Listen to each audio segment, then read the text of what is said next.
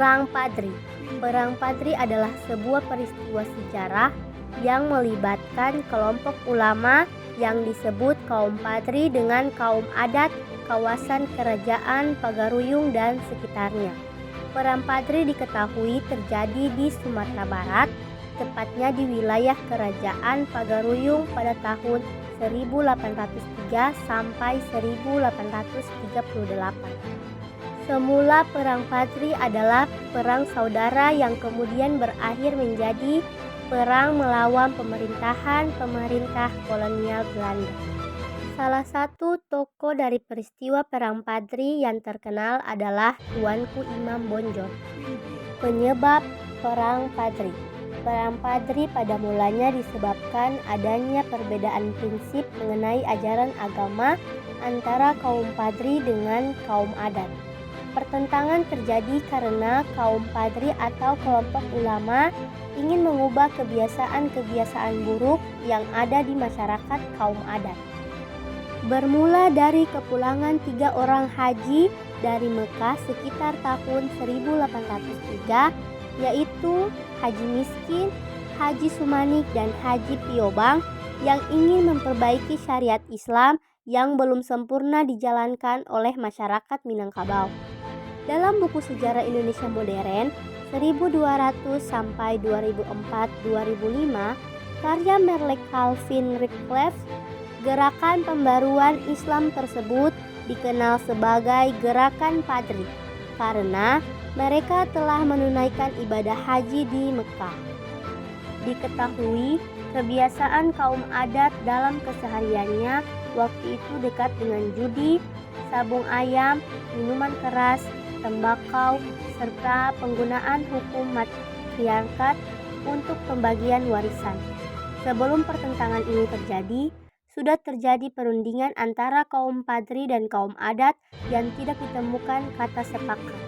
Sehingga meskipun kaum adat sudah pernah berkata akan meninggalkan kebiasaan-kebiasaan tersebut, namun nyatanya mereka masih tetap menjalankannya.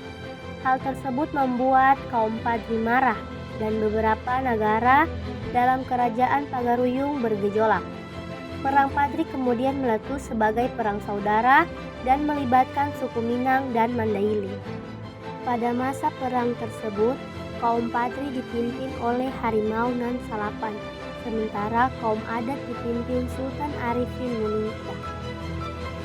Kronologi Perang Padri.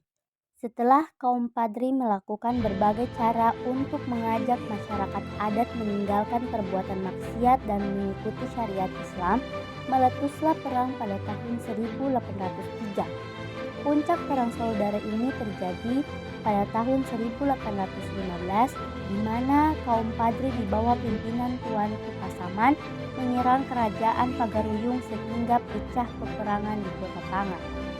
Serangan ini menyebabkan Sultan Arifin Muningsah terpaksa menyingkir dan melarikan diri dari ibu kota kerajaan, dan kaum Padri berhasil menekan kaum adat. Saat itu kaum Padri dipimpin oleh Tuanku Nan Renceh, Tuanku Pasaman, Tuanku Rau, Tuanku Tambusai, Tuanku Lintau, Tuanku Masyangan, Tuanku Pandai Sikek, dan Tuanku Barungo, atau lebih dikenal dengan sebutan Harimau Nan Salapan. Kepemimpinan Harimau Nan Salapan hampir membawa kaum Padri kemenangan dalam perang ini. Namun, kemudian pada tahun 1821, kaum adat yang terdesak meminta bantuan pada pemerintah kolonial Belanda. Pada tanggal 4 Maret 1822, pasukan Belanda di bawah pimpinan Letnan Kolonel Raff berhasil memukul mundur kaum Padri keluar dari Pagaruyung. Kemudian, Belanda membangun benteng pertahanan di Batu Sangkar dengan nama Fort Van der Kapellen, sedangkan kaum Padri menyusun kekuatan dan bertahan di Lintau. Pada tanggal 10 Juni 1822, pergerakan pasukan Belanda di Tanjung Alam dihadang oleh kaum Padri. Namun pasukan Belanda dapat terus melaju ke Luhak Agam.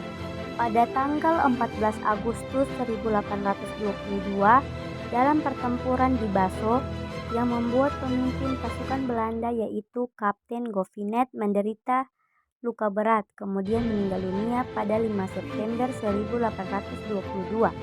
Pada bulan September 1822, pasukan Belanda terpaksa kembali ke Batu Sangkar karena terus tertekan oleh serangan kaum Padri yang dipimpin oleh Tuanku Nanrecek. Pada 13 April 1823, setelah mendapat tambahan pasukan, maka Letnan Kolonel Raaf mencoba kembali menyerang Lintau. Namun kaum Padri dengan gigih melakukan perlawanan, sehingga pada tanggal 16 April 1823 Belanda terpaksa kembali ke Batu Sangkar. Pada tahun 1824, raja terakhir Minangkabau yaitu yang di-Pertuan Pagaruyung Sultan Arifin Muningsyah kembali ke Pagaruyung atas permintaan Letnan Kolonel Raaf. Namun pada tahun 1825 beliau wafat dan kemudian dimakamkan di Pagaruyung. Pada 15 November 1825 disepakati perjanjian Masang, yaitu periode genjatan senjata yang disepakati antara pasukan Belanda dengan kaum Padri yang dipimpin oleh Tuanku Imam Bonjol. Saat itu memang posisi pemerintah Hindia Belanda tengah kewalahan karena menghadapi berbagai perang baik di daerah Eropa dan Jawa, perang Diponegoro yang menguras dana pemerintah.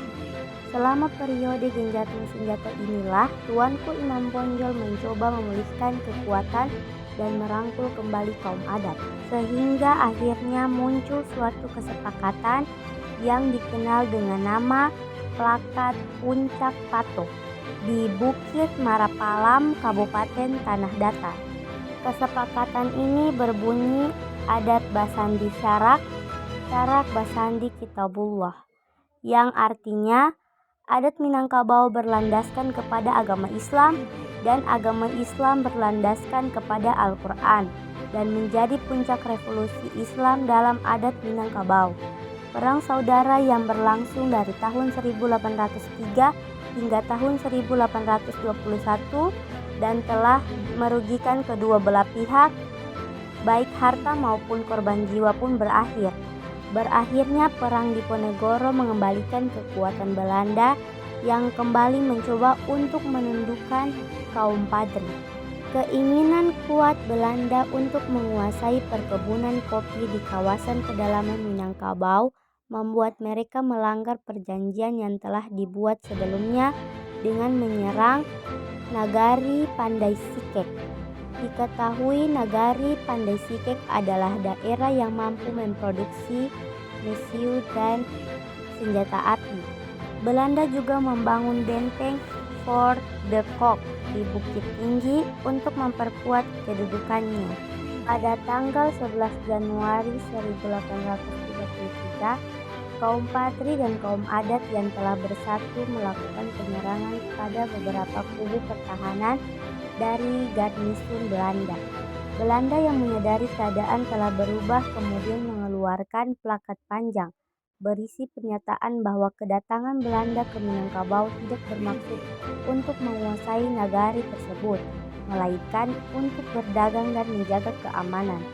Sebagai Belanda, alasan bahwa untuk menjaga keamanan, membuat jalan, membuka sekolah akan memerlukan biaya, maka penduduk setempat diwajibkan menanam kopi dan menjualnya kepada Belanda.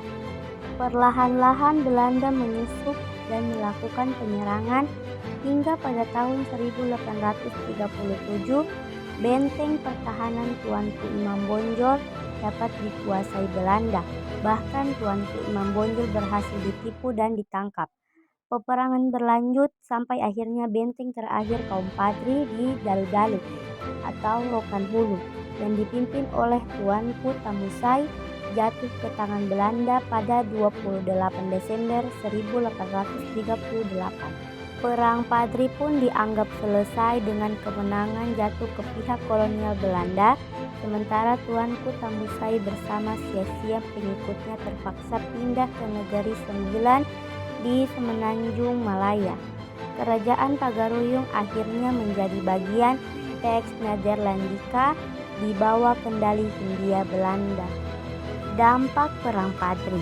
Perang Padri yang berlangsung selama sekitar 20 tahun pertama perang itu 1803 sampai 1821 praktis memakan korban dari sesama kaum Padri dan kaum adat, yaitu orang Minangkabau dan Batak Mandailing.